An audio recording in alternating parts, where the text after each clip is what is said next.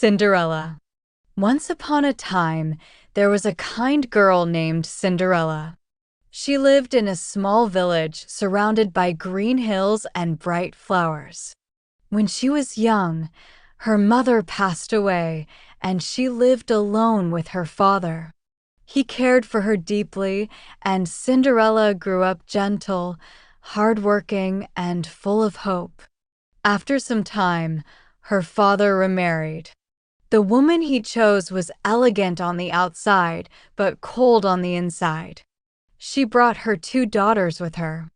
They were about Cinderella's age, but they were proud, spoiled, and often unkind. Not long after the marriage, Cinderella's father also passed away. Without him, the stepmother took over everything. She made Cinderella sleep in a tiny room in the attic. She gave her old clothes to wear, and instead of treating her like family, she made her do all the chores. She swept the floors, scrubbed the dishes, washed the laundry, brought water from the well, and kept the fireplace lit. Her stepsisters spent their days admiring themselves in the mirror, trying on fancy ribbons, and bragging about how important they would someday be. They laughed at Cinderella when soot from the fireplace settled on her clothes, calling her Cinderella because her face was smudged with cinders. Cinderella heard their laughter, but she never complained.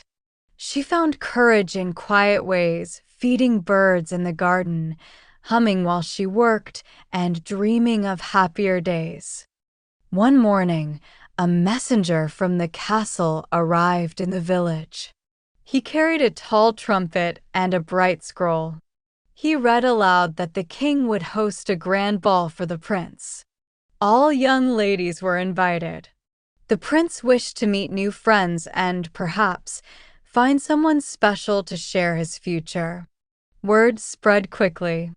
The whole village buzzed with excitement. The stepsisters shrieked with joy, imagining themselves in glittering gowns.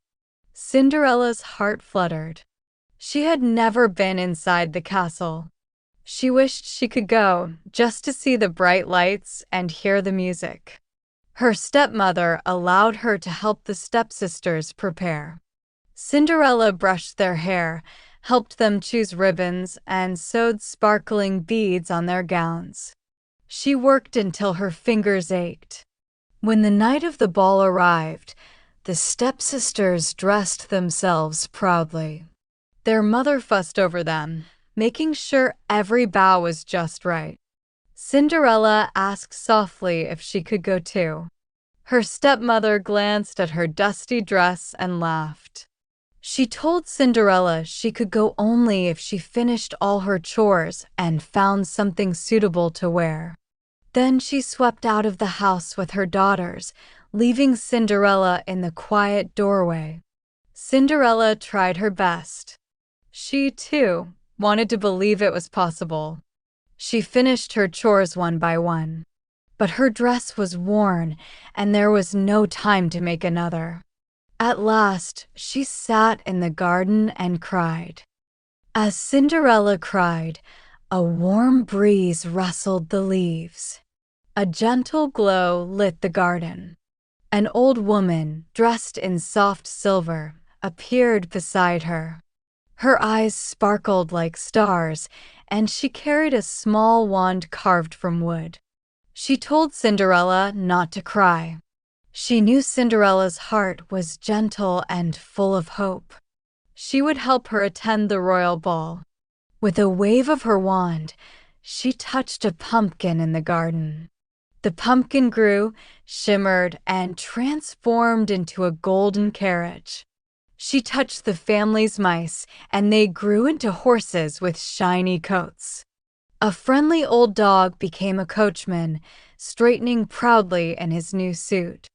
Then the fairy godmother touched Cinderella's dress. The cloth glowed and turned into a gown that shimmered like moonlight. Glass slippers appeared on her feet, shining like crystal. Cinderella twirled, amazed. The fairy godmother told her she must return before midnight. When the clock struck 12, the magic would fade. Cinderella promised to remember. She stepped into the carriage and it rolled toward the castle. At the castle, torches lit the entrance. Inside, music drifted across marble floors. People wore gowns and suits of every color. Everyone turned when Cinderella stepped inside. They had never seen anyone so graceful. Cinderella felt shy, but the prince noticed her and asked her to walk with him. Their conversation was gentle. They spoke of simple joys, reading, gardens, and quiet mornings. Cinderella laughed softly, and the prince felt as though he had known her forever. Her stepsisters saw the prince with a mysterious girl, but did not recognize Cinderella. They whispered and wondered who she could be. Hours passed. Cinderella danced and talked happily. She forgot her chores, her tiny attic room, and all her worries. For the first time in a long time, she felt free. Then, suddenly, the great clock began to chime. 1, 2, 3.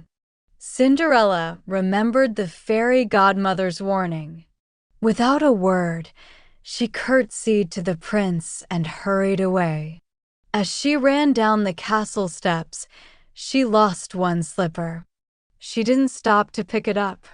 She leaped into the carriage just as the 12th chime sounded. The carriage turned back into a pumpkin. The mice and dog returned to their ordinary selves. Her gown became her old dress, but she still wore one glass slipper. She held it close, her memory from her magical night.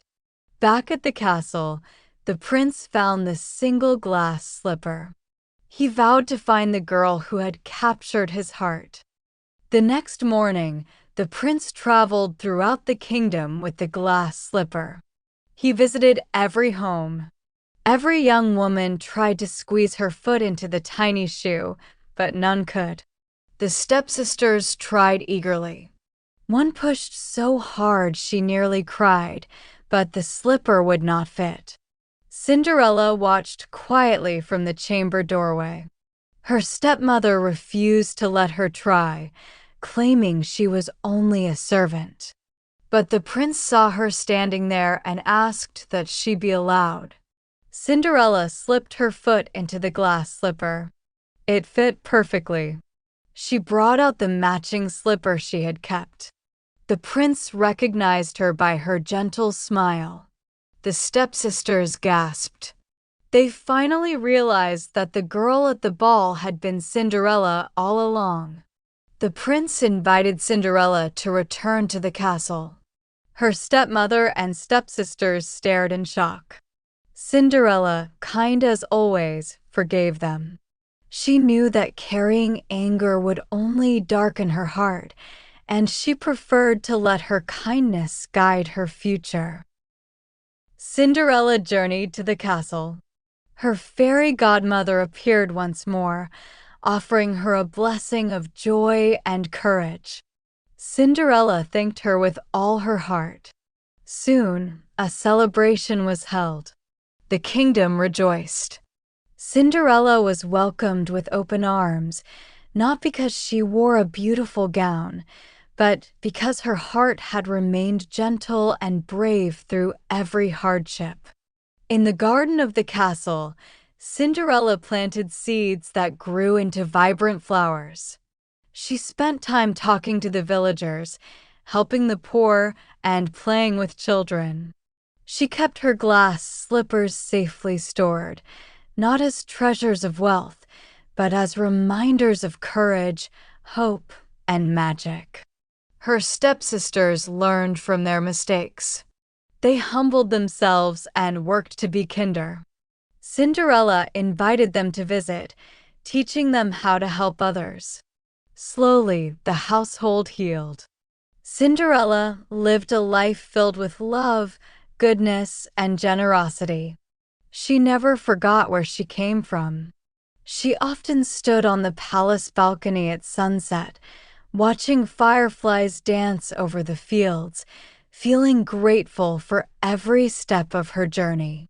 And so, her story became a reminder to the kingdom and to children everywhere that kindness, courage, and hope are the greatest magic of all.